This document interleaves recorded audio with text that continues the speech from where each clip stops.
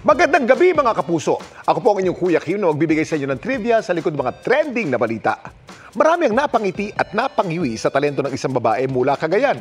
Kaya kasi niya magbukas ng bote ng soft drinks gamit ang kanyang bibig. Isang paalala, huwag na huwag gagayahin ang inyong mapapanood.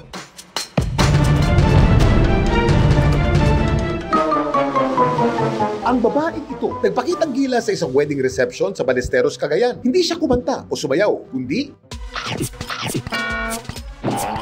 nagbukas ng mga bote ng soft drinks gamit ang kanyang bibig. Bottle opener yan? Wow! Ang babae sa viral video, si Ronaldin. Mga opener namin nasira kasi pinapabukas nila. Di binuksan ko naman, sir. Ilang bote ng soft drinks lang nabuksan niya nung araw na yun. Hindi ko po mabilang, sir, kasi ang dami naman sila.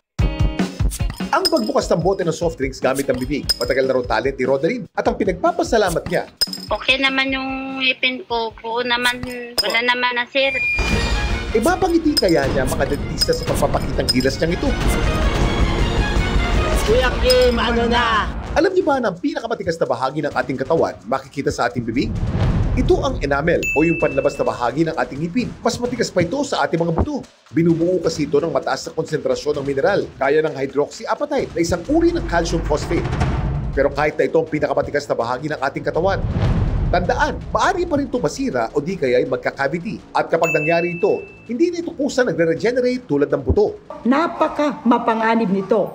Pag nabali ito, maputol siya, hindi na ito maikakabit pa.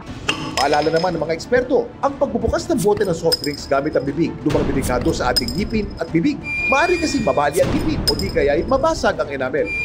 Kapag nabali ang ngipin, papasukan ngayon ng mikrobyo o yung bakterya. Magkaka-infection naman yung gilagid. Tandaan na ang ngipin ay ginagamit lamang sa pagmuya. Maaari ding matanggal o lumuwag ang ating mga ngipin at mapinsala ang panga. Kasi yung force o yung trauma, yung lakas or yung impact ng pagkakagagat ay magkakaroon ng epekto dito sa jaw natin. Mas mainam pa rin gumamit ng wastong pambukas ng mga bote. Pero alam niyo ba kung kailan na-invento ang mga bottle opener? Noong 1892, inimbento ng Amerikano si William Painter ang crown cork bottle cap o mas kilala natin ng mga Pinoy bilang tansan. Kasabay nito, ginawa rin ang unang bottle opener upang mabuksan ang mga crown cork bottle cap. Ang disenyo ni Painter tinatawag na church key bottle opener para susi, hindi po ba? Na ginagamit pa rin magpahanggang ngayon. Yun. Samantala, para malaman ang trivia sa likod ng viral na balita, i-post o i-comment lang. #Kuya Kim, ano na? Laging tandaan, kimportante ang may alam. Ako po si Kuya Kim at sagot ko kayo 24 oras.